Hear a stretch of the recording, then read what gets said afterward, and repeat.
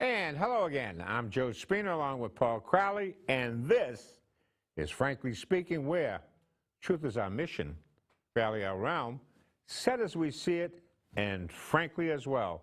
Paul, we got a slew of comments from last week's show, which we're going to leave a big chunk at the end for them. That's good. And, you know, and as it should be, I'm so delighted to hear that that topic, which is a very serious topic for not only for the residents of Lynn, the residents of Massachusetts, but for the entire United States. We have an epidemic associated with the opioid use, and we need to be talking about it. Yeah, we will. In fact, as we mentioned last week, we're going to try to put a whole show together specifically with that topic only. But there are other topics in that show that also grab the attention of our viewers, and we thank you for your comments, which we'll get to. But right now, it's time for Frankly Joe. Enough is enough. It sure is. In an opinion piece in the item, the author writes that Trump acts like a middle school student. No offense to the students. She further opines that Trump is on a giant ego trip. He holds rallies for self-adulation. Do you realize that, Paul? Furthermore, according to Ms. Cawley, Melania lacks credibility when speaking out against cyberbullying since she's married to a bully. The author laments, and this is her evidence that Trump is a bully. Well, Trump treated that McCain had let Arizona down with his health care vote. Well, you know what? He did. And then she points out that after getting bashed all night at the Emmys, Trump tweeted bad ratings. They were. The NFL ratings and attendance are down. They are. Taking a knee during the national anthem doesn't help. Trump tweeted so. He was right.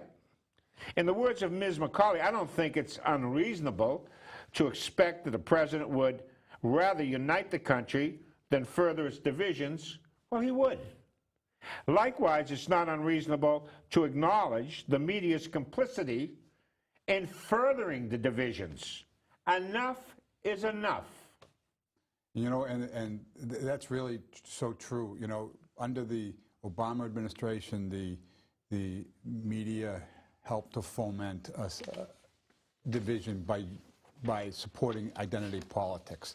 Now, under the Trump administration, they undermine him at every point with the whole premise of identity politics coming front and center. But I wanted to make a point about what you said in the beginning of your Frankly Joe, and that is that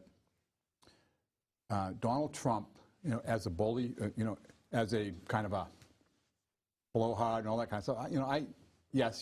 He's certainly not traditional in any sense of the word. But I challenge you at home to think about this.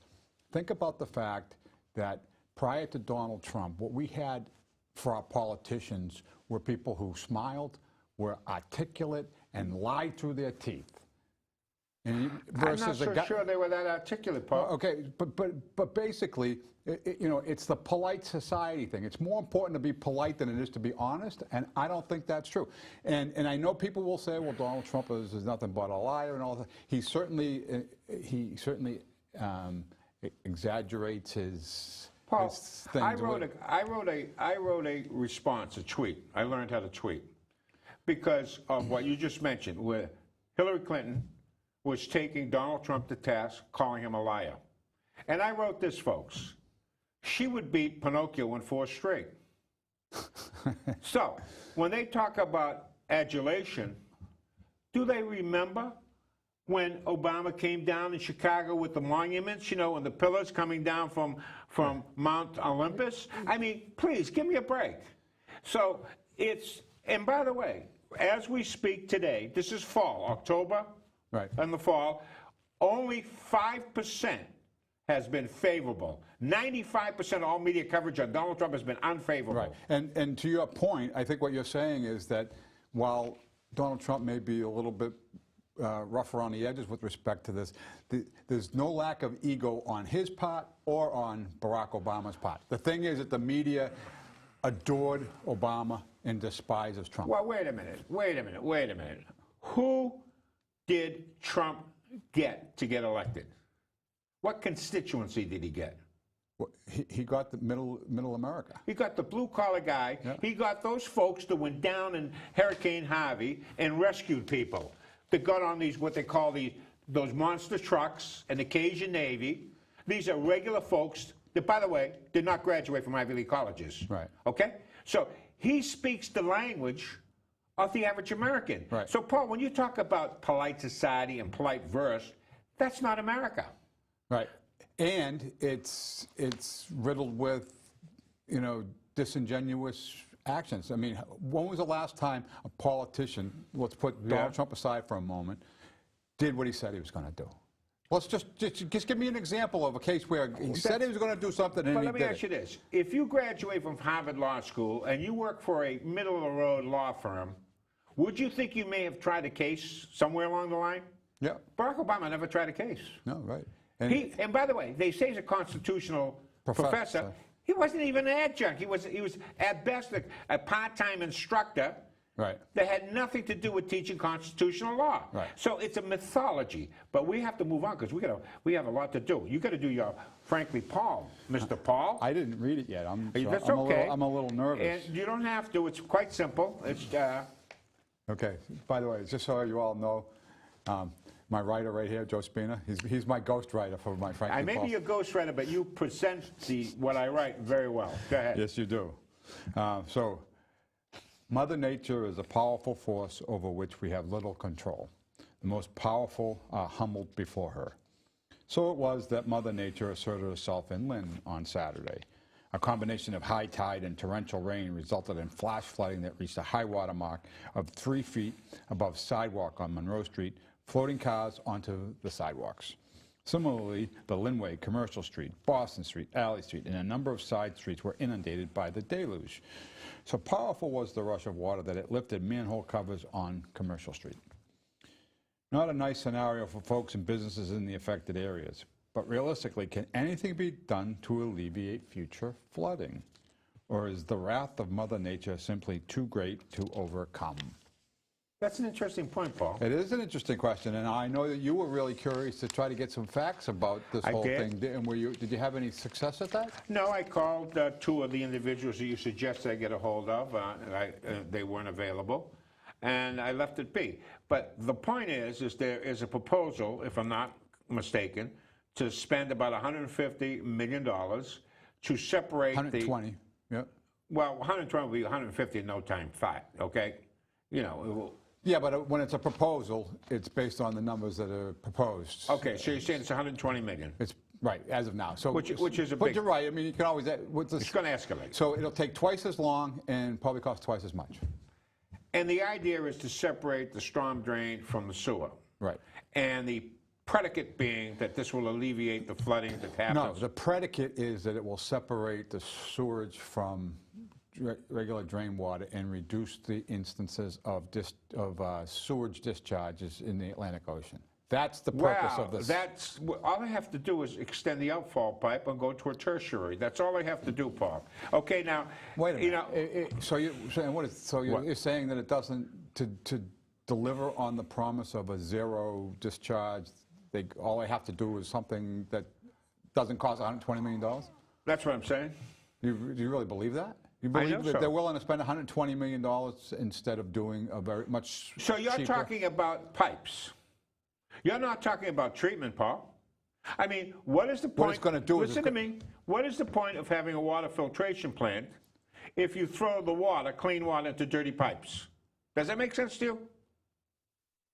But is that what they're doing? That's what's going to happen. Precisely what's happening. You're supposed to reline. But right now they're mixing the sewage with that drain water. It only happens with an overflow, Paul. Okay? Now, that's supposed to be filtered into, the sewage is supposed to be filtered into a treatment plant, correct? Yep. And the discharge is supposed to be rendered harmless. Right. Yes, that's my point. So what's the point in separating the water sewer? And it's unnecessary if you purify the sewerage going into the outflow. Does it make sense? So what you're saying is to divert instead of separating it, you just divert all of it to the treatment plant? What do you mean separating it? You think They call it a separation project, so they're separating. Is the separation post facto or before? Going into the plant or coming out? I would say going in. Because it's happening in the city, right? And the plant is on the water's edge, so it has to be before it gets to. So what they do is they separate, so the storm water will just run to the sea. One way, and the sewage the another way? And the sewage will be in its own pipe, will end up at the plant. We'll discuss this in some detail after I have a chance to speak to the folks and get the facts down right. But because of the frankly Paul and the obvious reference to the deluge that happened on Saturday, I think that you wanted to talk about the hope of a secondary benefit to doing the separation project, and that would be that it would relieve the flooding issues in West Lynn. But it also pertains to what you're talking about the mix taking place, an adverse mix going in, right? Because the volume is too great to handle and spillovers. But what I'm saying to you is that the incident of flooding that takes place is not that great, and I don't know whether we can defeat Mother Nature on this one. I just think the topography and the geography doesn't allow for it. And to be clear, all I'm saying is that there's two things that need to be said here. And first of all, back in, I think it was in the 90s when Pat McManus was the mayor, he agreed to a zero discharge. And it's important to understand, and when he agreed to a zero discharge, basically the Mass Department of Environmental Protection was demanding that the city of Lynn reach zero discharge at the cost of something in the order of $200–300 million. They started the project, they did all of East Lynn, and before they got to West Lynn, they got a reprieve from the DEP when it was determined that zero discharge was an unrealistic expectation. Oh, really, Paul? Right. Thank God for Ronald Reagan. I mean, thank God for Donald Trump, because Donald Trump has rescinded all of these crazy regulations that were instituted by Barack Obama. Yeah, the wild EPA. But he did all this was stuff that happened long before Barack Obama was out of diapers, probably. I said EPA. Yeah. Right. But anyway, so that's one thing I want to make clear, and that is that the reason for the water separation project was originally to satisfy the requirements of the DEP, which was acceptable to Pat McManus. That was 25 years ago. Right. So that's not applicable today. Right. They got a reprieve on it. Yeah, I understand that. So I just want to lay out a few more facts about that. I understand that, but the point of the matter is that either way it's irrelevant. Right. What the point is that is the cost value, is the cost of doing something that will have a marginal effect worth it? That's all. I know that's the question, but what I want to do is I want to get there, and there's one other piece of this I understand that, but how we got there and the mistakes of the past are being rendered onto the future. But there's an important piece of this that we haven't talked about yet, and that is that recently, and this goes back to when I was still on the council, so it's back maybe 2010, 2011, where there was a push to complete the water separation project. Not because they wanted to go to zero discharge, but because they wanted to solve the problem in West Lynn. This was, this was the rallying cry of the Ward 6 councilor, and so what was it all about? Because of flooding? So that you're telling, so he was willing to spend. He wanted to spend $120 million to stop the flooding problem. All right. So now they have a rationale established to do exactly what they want to do, which I'm telling you, maybe. Right. Should be done in the first place. So here's the interesting thing about all this. We got a reprieve from the DEP. In other words, they said, well, wait, let me finish it then. Yeah. The DEP said you don't have to spend $120 million to fix this problem. It was kind of left in abeyance, right? So they brought it all back up. They went to the DEP and said, when are you going to make us do this? When are you going to make it? Who is they? So I don't know specifically who were they that brought it up and begging the EPA to enforce a law that they didn't want to enforce to start with. Let me just say, whoever those people are should be thrown out of office, Paul. They were advocates of the Ward 6 area that was undone. Oh, well, okay. Then, so the people in Ward 6 want to take precedent and break the bank of the taxpayers throughout the city for their own little personal gain? Is that what you're telling me? If it can even work, and that's the whole point. Right. Right. They better do some studies, and they better think about, we'll do a show on this, because but I don't have enough, folks, I don't want to go out there and make statements to which, you know, I don't have the background to make. Right. I hate to inform anybody out there, but you're looking at the guy that put the Lynn Water Sewer Commission together in the first place, okay? And I got thrown out of office because I tried to do the right thing, Paul. Yeah. And doing the right thing was putting set-asides, you know what I mean? Putting money away so that you could pay for this stuff rather than bonding it out. That was much too sophisticated for the Lynn City Councilors. It wasn't about being sophisticated. It was about being able. They wanted to. They were happy you set it up because that was an opportunity for them to rate it later. It was because they took that money and they dropped the rates down for electioneering. Yeah. Right. So, but I got to get to Hum. Have you noticed a similarity between Tom McGee's signs and Donald Trump's? Yeah. Let's take a look. You know what? Imitation is the highest form of flattery, Paul. As we move on. As we move on. No, wait a minute. I mean, so so my first instinct there would be, well, yeah, I see the similarities, but I would argue that you know, there isn't anything similar about the personalities, or the politics or anything. Except they want to win. They want to win. Okay, there you go. Okay, that's maybe it. That's it. Yeah. All right. So, back to school. Now, folks, frankly speaking, has been consistent about the dire consequences of the deluge, speaking of water, of students from far and wide into the Lynn Public School system, Paul. Its impact on Lynn's overall budget makes it virtually impossible to balance it, meaning the budget, unless something is done to curb the flow or a concurrent influx of money from the state or the federal government to cover the cost.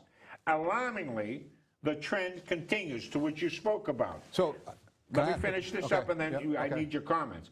This year, and the only reason I brought this up is because I've been substituting, there's an influx of students again this year, approaching 300. If that's the case, it's going to cost an additional $4 million this year that hasn't been budgeted. The number of students now exceeds 17,000, which is nearly 20% of our total population. And on average, the ratio of student to population is about 10% in all the surrounding communities. Right. This is the pressing issue of this election. All else pales in comparison to irrelevancy. So where did these 300 students come from? Is there a breakdown of whether, are they are they unaccompanied minors? Are they refugees? Are they... A combination of all, from far and wide. That's why I left it generic. We did a show in which we did the Hungry Beast. Throw up the Hungry Beast. But the far and wide. I mean, I want to make sure, I want to be clear about this. Mostly from Central America. But I mean, are they new families to the area, or are they? I have no idea. They just arrived. Because let's just take another potential example. The data that the school department has about its students doesn't speak to any students up and coming. So, for example, if all 300 of them are the little brother or little sister of kids that are already in the school system, and they're all going into kindergarten, then that's just the normal, everyday occurrence. That's not what it is, Paul. But are you sure of that? I'm positive. It happened at the high school. They got 46 new students transferred from Fecto Larry over, all right? Over to Tech. And there's a whole new slew. There's a bunch of kids that are pressing our school system. You mentioned that we picked up 2,700 over the course of a few years, and an average of 370 per year. Right. So we're a little bit under the average, but it's still 300. Right. What I'm saying to you is the flow has not subsided. Right. It may have gone down a bit, but it's still happening. That's $4 million. It used to be $5 million a year. It's $4 million. But we can't sustain that. The school population, put up the page overview with the Hungry Beast from the past, other shows we did. Take a look at the stats here, Paul. The school population of a typical Massachusetts community we just mentioned is 10%. Lynn is 20%, approaching now is. You're the one that came up with the 2,600 newcomers to the school system since 2010. Or 370 per year. Is anything wrong with these figures, Paul? No, that's all accurate. Right. Thankfully, the mayor and the superintendent have done a pretty decent job of keeping the per pupil costs down, because we're at 13.6, which is relatively modest compared to other communities, and that's what you got to look at. So, in those 10 years you're talking about, it's 10 years, actually it was 6 years or 7 years, we ended up spending $35 million over and above, right? Right. With a $5 million per year add-on. And just think about how many buildings it takes to house 2,600 kids. That's like 3 full-size schools. Of course, Paul. On And this is the top problem. of all that. Well, think about this. Our sister city is Quincy. About the same population. Quincy actually a little larger than we are. Population. But it's like the same distance away from urban Boston as Lynn is. But it only has 9,700 students, Paul. We get 17,000. Right. How do you explain that? And think about all of the folks that send their kids to St. Mary's, send their kids to Bishop Fenwick, or send their kids elsewhere. To KIPP? KIPP. Yeah. Oh, no, KIPP is, well, I think that's including the fee, but not sure. But KIPP is public schools. In effect, yeah. Right. Yeah, it's public schools. It's just a transfer. Paul, I want to bring up an item that was brought to me by others, and it's an interesting thing. Folks, I don't know whether you're aware of it. I don't know if you're aware of it, Paul, but it's something we have to consider. And I put it and mark it down. There's a website called Airbnb. Airbnb. Mark it down. Most folks choose to live in a neighborhood, Paul, not a hotel. Would you agree to that? Yeah. Unfortunately, there's a good chance that one of your neighbors is operating an illegal hotel or foxtel. I don't agree that it's an illegal hotel. Well, you don't have to. All right. But we'll talk about that. Via Airbnb, an online site, connects guests to hosts for short-term rentals in residential neighborhoods. Is that happening? It is. Okay. It's a worldwide occurrence. Whatever. Yep. I'm talking about Lynn. Yep. In effect, the homeowner or host is operating a commercial enterprise without a license or permit. Would you agree to that? Yes. Okay. By so doing... But can I just interject that you're implying that it requires a license or a permit? What was that? You're implying that it requires a license or a permit, and I'm not sure it does. Well, that's right. But if it doesn't, it should. Now, let's go further. In effect, the homeowner or host is operating a commercial enterprise without a license or permit. By doing so, the property owner avoids paying commercial tax rate, doesn't he? It's commercial enterprise not paying a commercial tax rate. Would you agree to that? Would you think about it? And not necessarily. And complying with safety zoning regulations that every lodging business must follow. Right. So as it stands now, if you're running a lodge or a bed and breakfast, you have to get permits, license, and you have to follow certain protocols, and you're a commercial enterprise, correct? Right. Which this situation doesn't do any of the above. These regulations are in place for the lodgings. You say it's to ensure the safety of the guests and the neighbors, and while I would agree that that's the premise by which they do it, I would argue that it's more to raise fees. It's what? It's more about getting the fees. It's not necessarily for the safety. While safety might be a byproduct of it, they do it to get... Well, let me ask you this. You're in a residential area, and you have an influx of people from who knows where, who are not being vetted, who come and go in a neighborhood, a residential neighborhood, kids. You don't think there's a safety factor involved in that? No, I absolutely do think there's a safety factor. All right, then there should be regulated. But what I'm saying is I don't believe that the primary reason for licensing and permit and that whole regulation thing, originally it was intended to make sure that everything was safe and you have the standards and all that kind of stuff. But now it's become just a revenue stream for the cities and towns. That doesn't make it right. The city and town should turn around and prescribe certain protocols in order to protect the neighborhood. So let me go one step further. And why should they be able to get away with paying a non-commercial rate? Right. And maybe, so look, as a former tax accountant, I can tell you that the laws are pretty clear. If it's a commercial use, if you're using it for commercial business, it's subject to the taxes associated with it. Well, then how are we going to know that if there's no permits and no licensing taking place? Well, here's the thing. You're on your honor to report all your income. You're not allowed to not report the income simply because there's no proof of. You can hide the proof. So that's one thing. And let me just say another thing. And this whole premise of Airbnb is kind of like the Uber of housing, right? Yeah. It's a shared service concept that's come into creation, like Uber, where they share the vehicles. And it's a disruptive service. There's no other way to look at it. It's disruptive to the existing status quo.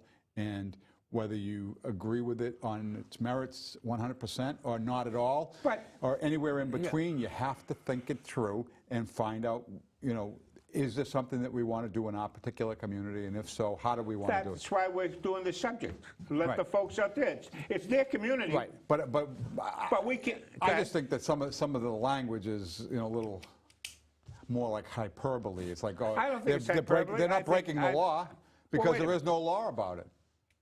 And That's as long the as they point. pay the But wait a taxes on it, minute. what's But they're the issue? not. They're How not do you know? Are they paying their commercial rate? Are they designated as a commercial enterprise, Paul? If I do it on a personal level, I pay taxes on We're a talking personal about level. short-term rentals, and we're not talking about Right. a lodger. But let me just tell you something. I can rent out if I have a summer home and I rent it out to somebody for the summer. They take like 2 weeks at a time, short-term rental. I pay income taxes at the But that's personal not what rate. we're talking about, Paul. We're talking about in residential areas. Well- where folks are renting out rooms as if they short-term, what they call short-term, as if they were a hotel, and you have a flux of people coming in and out all over the place. But that's that what aren't happens at vetted. summer homes. That happens where? In summer homes, you know, somebody has a cabin on the lake and they rent it out all But, summer long. that is a different issue. That's not a residential area. Why isn't it? What do you mean, why isn't Surrounded it? by residents. You're talking about a summer home on Lake Winnipesaukee? Okay. But there's residents all around there. I understand that, The but safety issues exist for them too. let me ask you this.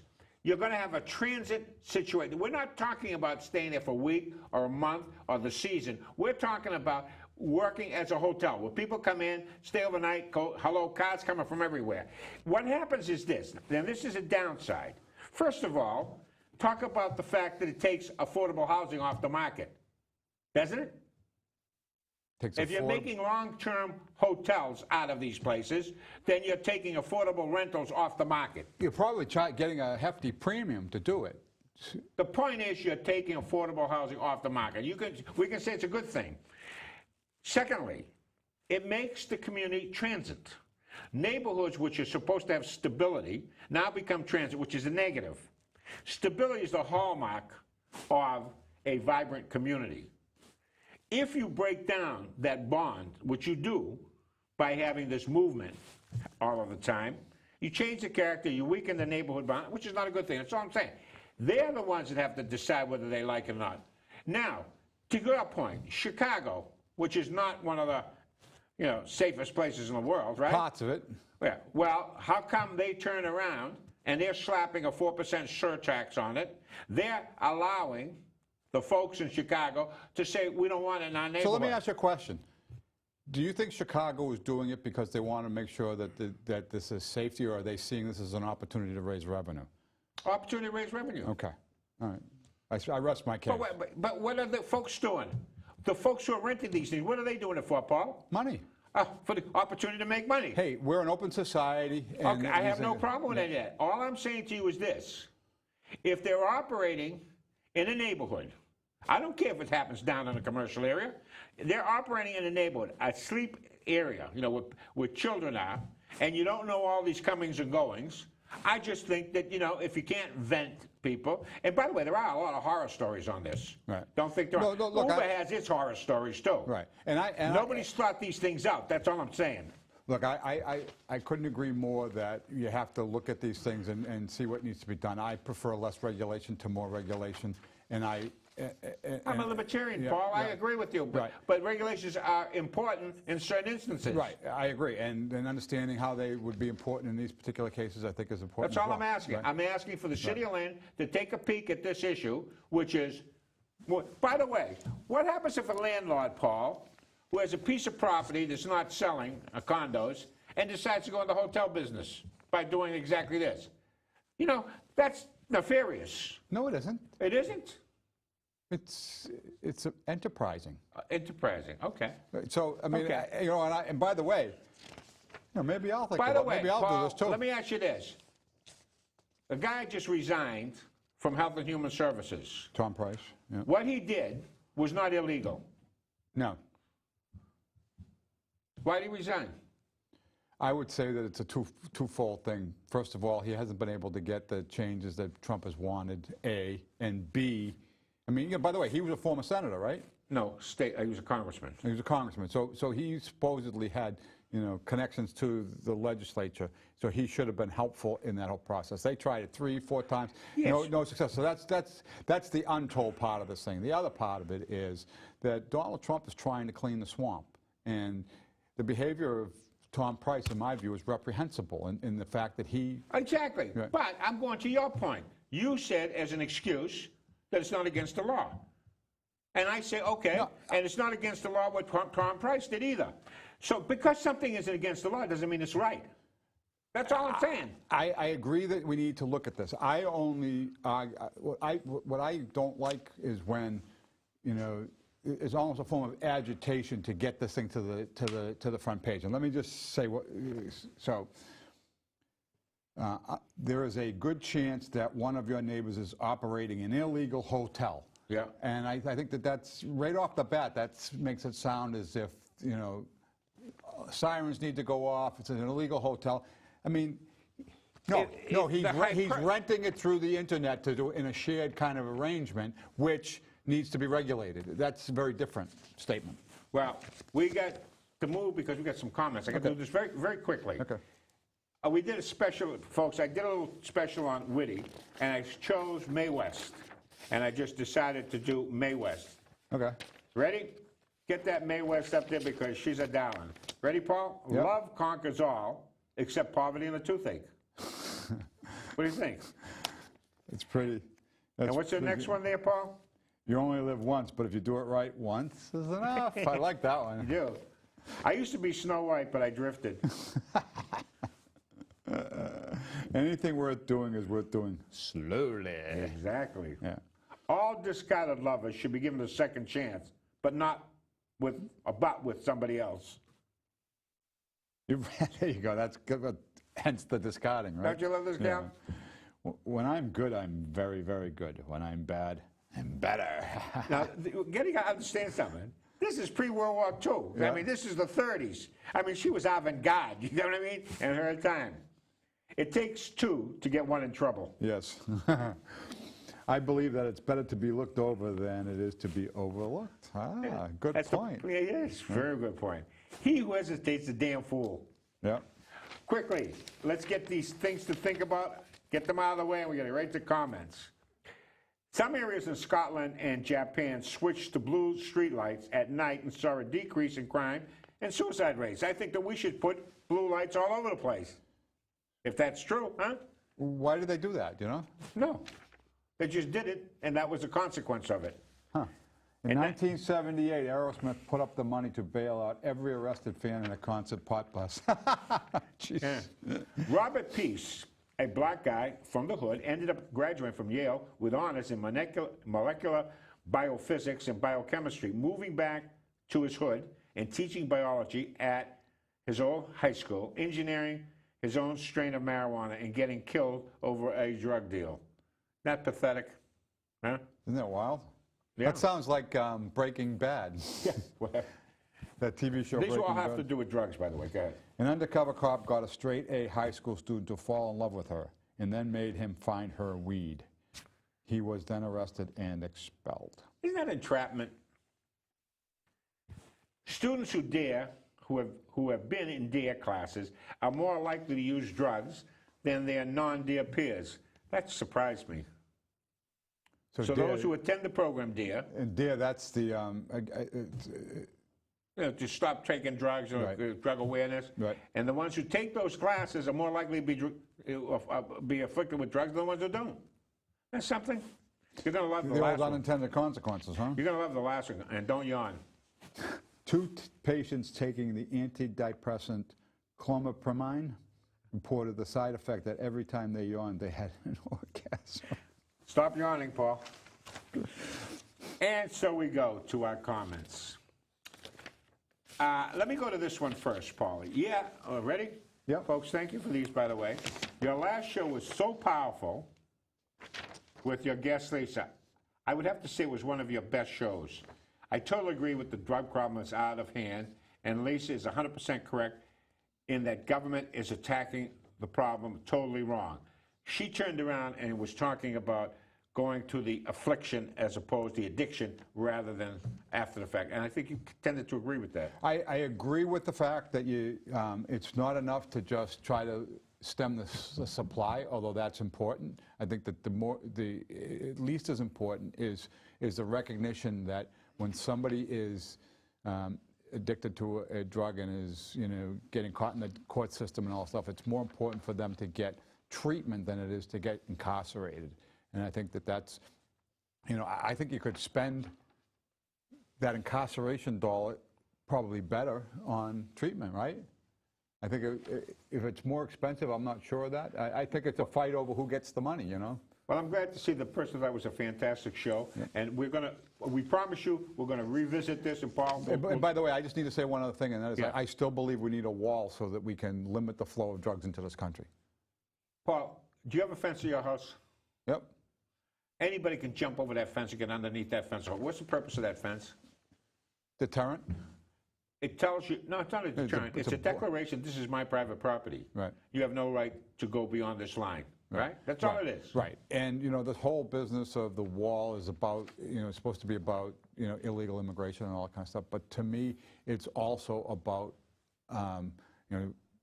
human trafficking and drug trafficking and all that stuff flowing into this country. There are 100,000 ways to get drugs into this country, and a lot of them are easy because there is no wall, and if there's a wall, it would slow it down. Disease, Paul. I remember when we were kids, growing up in the neighborhood, they used to talk about a dry spell, and what they weren't referring to, it didn't rain for a couple of weeks. They were referring to the fact that there must have been a big drug bust, so there was less flow of drugs into the neighborhood. That's a good thing. Maybe not for the guys who want it and the guys that are selling it and all that kind of stuff, but it's a good thing for the community when that doesn't happen. So we need more dry spells. Good point. Yeah. This is interesting, and I think it's instructive of what we try to do on the show, because an individual wrote us, and Lisa took offense to it when he used the word zombie, talking about zombies. He wrote back, and I'm going to read it right to the letter. Okay. This should move it. This is not it. Yeah, this is it. You got it. Thanks. I got to tell you something. Pedro's right on top of everything. We got the best director producer in the universe. Yeah. How's that? Yeah. Any case, that's big. Your latest show was great. I appreciate that comment. Lisa would make a great regular guest. That's a compliment to her. Now, this is someone who took him to task for using the word zombie. This is the same person. Please extend my apology to her on the term. The apology has been extended, Lisa, and that takes someone. That's character when someone does that. Right. For using the word zombie. I know these people are victims of the life meaning of addiction, correct? Yep. I was using the term to describe the physical state these people are in, shuffling around in the area. Keep up the good work. Right. Thank you for being man enough to go say that. I try to explain, I believe on that show that I cut him a little slack by saying that's being descriptive. Right. Right. Yeah, and I agree with, and it's easy to make that description. And if you're not somebody who is either very well connected to somebody with drugs or addiction and all that kind of stuff, you don't fully understand, how big of a deal it is, and the fact that these people who have these addictions are, when they're not intoxicated, they are fine, loving, great people, and they just need to get that addiction piece out of the way, I'm going to go to the flip side, Pedro, and I'm going to go down to a very short one and then go back to the other side. Down on the bottom of the flip side where we have leave comments on, if you can do that, Pedro, the flip side of the page we're just doing, there's a comment that says, there it is, there's a comment that says something to the effect that this is a much-watched show. Joe and Paul have outdone themselves. Great topic, great show. I think we should beat our chest a little more on that one, Paul. And we thank you for these kind words. So I thought you said much-watched show, which would say that there are a lot of people watching. It's one that we should watch. It's a must-watch show. Right. And I hope that it's a much-watched show, too. I hope a lot of people are watching it as well. Apparently they have, because we got a lot of comments. Yeah. And down the bottom, there was one, and I'm going to ask you about this one, Paul, because I wasn't sure. And there's a comment about mayor saying not enough room for Amazon to come here. And what? And I'm not quite sure what he was referring to. I think he was saying that, did the mayor in any way, shape, or manner say Amazon, first of all, does Amazon want to come into Lynn? Okay, so I'll start by saying that Amazon is trying to get a location up in the general greater Boston area. And there was a story in the Globe and probably in other papers as well about the idea of using Suffolk Downs as a location for an Amazon site, lots of jobs and all that kind of stuff. But think about what they would have there. It would be kind of a distribution hub. So yeah, but do they want to come to Lynn, Paul? That's the question I'm asking. And do you know? I don't think anybody knows that answer. But would it be a good thing if they did want to come to Lynn? It would be good for jobs, but it would be terrible for the infrastructure. For the why? Well, just as an example, on Saturday, I mean, I have, Gliss, we park our vans over on Linway, and we have, you know, on a Saturday, which is a quiet day, we probably have 130 routes a day that we have to do. So we have 125, 130 vehicles out on the road. Because of the flash flooding that went on, we were almost slow to a crawl, or, you know, in some instances, put out of business for the day, or for part of the day because of the flooding, all right? So that's what you have, one little problem, and all hell breaks loose. Couple that with, you know, that this is it's a two-lane highway, it's a very heavily traveled road, and people are commuting in and out of Boston, and you add another 500 vehicles to that. So you're saying the fact that they would be driving all around distribution point. This is what kills me about how we think sometimes. You're right. That would be a problem. But I'm not saying it's a bad idea. I know. It's enterprise. We got to try to figure it out. It has its downsides, right. Okay? It's the same thing with this short-term rentals. Right. It has its point, but it has its downsides. You have to weigh them. We have to weigh a lot of different things. Right. I would suspect that Judy would not be. Yeah, my guess is Judy is probably instinctively saying the Linway is already a nightmare for traffic. And do you think she would be concerned about it? Or do you think she would? Well, according to this quote, it says there's not enough room for Amazon to come here. Room is space. I don't think it's about driving up and down the street, but who knows? Yeah, so that's just it. I don't think she's saying that that she doesn't want them and she would prevent them from coming or anything like that. I think what she's basically saying is, on the surface, you know, maybe they need 250 acres and we only have 250 acres and it's all waterfront land. Would we really want to have a warehouse on a waterfront? You know, better than having giant rats running all on a dump site. Right, but we're talking, we have a master plan that has a residential, commercial kind of use. Yeah, it's not that masterful. It's been around, that master plan's been around for as long as I've been alive. You know, I take offense to that, if I may. May I? With all due respect? You know, you don't have to you don't have to respect me. Go ahead. All right, so I was on the city council when the waterfront master plan was completed. That was in the 2006-2007 timeframe. Mm-hmm. Shortly after the 2006-2007 timeframe, when the real estate market was hot, there was a down. You know, the real estate market declined. It was a huge sell-off. We had the credit issue. Mm-hmm. You know, the Great Recession they called it. Things weren't going to happen in 2008 and 9 because of that type of thing. And now that the market has come back, and as everybody knows, that, you know, you see the houses for sale, they're getting snapped up left and right. The market is stronger again now. There's a development of 350 units going on in the Linway. With that, it's probably going to lead to more units. And as long as the market stays hot, I would bet that we would have some significant increase in development on the Linway over the next 3, 4, 5 years. If there is a decline and it slows it down, it doesn't mean it will stop it. It will just have to wait for the next cycle to come through. Well, I hope you're right, because there's no way that we can support the budget in the city of Lynn, given the fact that we have $4 million added onto our budget, simply because a bunch of kids have decided to come to Lynn to go to school, okay? We have a problem that has to be solved. All the development of the world is meaningless. Look, if you're spending more than you're taking in, you got a problem. We were talking about last week, we talked about Thurgood Marshall Middle School, the old school, maybe a $10 million project in mixed housing for seniors that would generate, I don't know, $150,000 in taxes the course of the year, right? And it costs $4 million for that 300 kids, so. But $150,000, Paul, is a couple of teachers. Right. All right? So let's put things in perspective.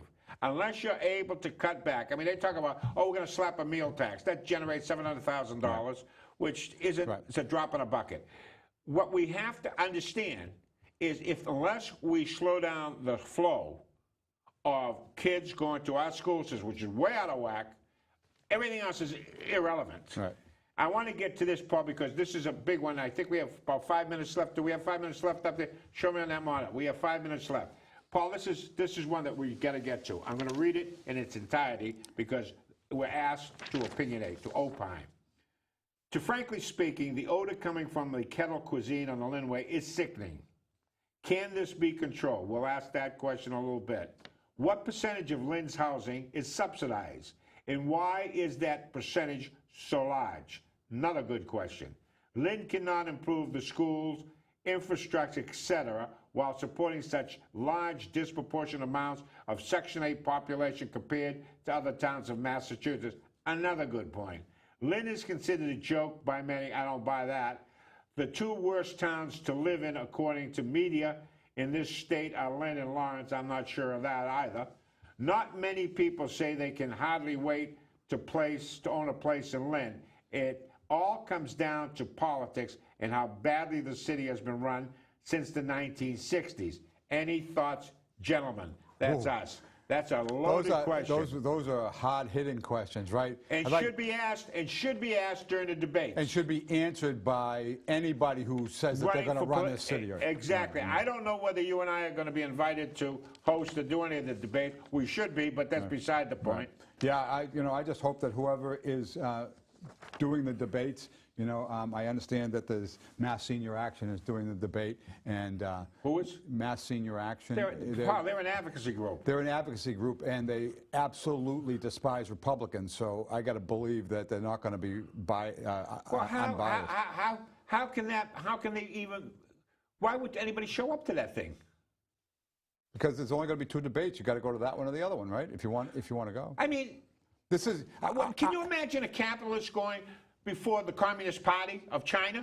Right. In a debate? Right. No, I agree. This is kind of like Mitt Romney debating Barack Obama with Candy Crowley from CNN doing the moderation, where she was defending Barack Obama at every turn and trying to. Yeah, Crowley, your name. Crowley. She's a Crowley. I'm a Crowley. But let me go down quickly because we don't have that much time left. Is there any way they can control the the odor? Yeah. The odor at Kettle Cuisine. Yeah. This is like the third or fourth time that I've heard somebody talk about the odor from Kettle Cuisine. Now, Gliss's operation, our transportation operation, is in the building right next door to the Kettle Cuisine. And I don't ever hear anything about, the odor from Kettle Cuisine, and we're right there. So I'm wondering if this is the same odor that I think it is, which is the bad milk from. Oh no, it's from there because when I drive up and down the Linway, I can smell it.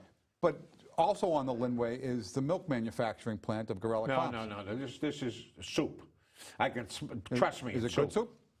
Chicken soup. Chicken soup. So I don't know the answer to that. I don't think I'm going to buy it anytime soon. But that's the least controversial of all the questions, right? It's controversial to some people. Well, I mean, it's not controversial. Like, what about what's the percentage of housing subsidized? Last week we mentioned 30%. Is that accurate? I don't know. And it all depends on how you define subsidized. Well, let's forget about the semantics. In general, would you say that subsidized, affordable, or whatever you want to call it, is approaching 30%? So there's I think it's 40B. Is that 40B? Is that the state? I have the farthest idea. The general laws, Section 40B, speaks to being able to provide a certain amount of affordable housing in your community in order to be eligible for certain things. Well, we certainly have qualified. And the bar is like, let's say, call it 10%, and we're at like 25 or 30, right? So we're way above, and most communities are way below. Okay.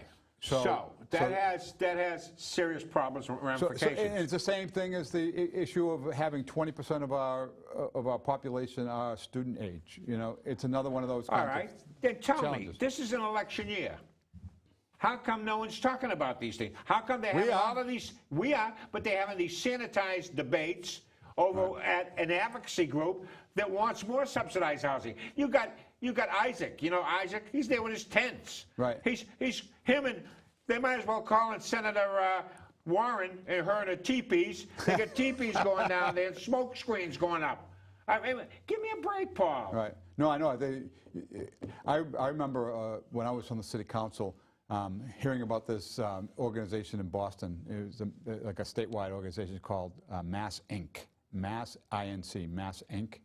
And I went to meet them because I thought they portray themselves as a nonpartisan think tank, right? So I go there and I meet with the CEO or the ED or whatever, and by the time I was done with the conversation, it was pretty clear that he's not a nonpartisan. He is a hyper-partisan left-winger who is all about protecting and advancing left agendas. And so, I mean, it happens. It's crazy. Another story I'll tell you. It's against the law for public institutions to promote one party or another or do any politicizing, right? North Shore Community College, and this is not today, this was back when I was on the city council, was hyper-partisan as well. They actually, John Kerry's sister ran a department over there, and her sole job was to promote Democrat, liberal, progressive ideas. Why, why doesn't that surprise you? You ever gone to Berkeley? No, I'm just saying that, but of course, baby. Look, unless there's a pushback, and this is the only place, frankly speaking, where there's a little bit of a pushback taking place in the city of Lynn. Otherwise, everybody's got blinders on, and they're marching like little lemons over the cliff. Right. All right? Right. So, folks, I hate to say this, but we got to go. We're not lemons here. See you next week.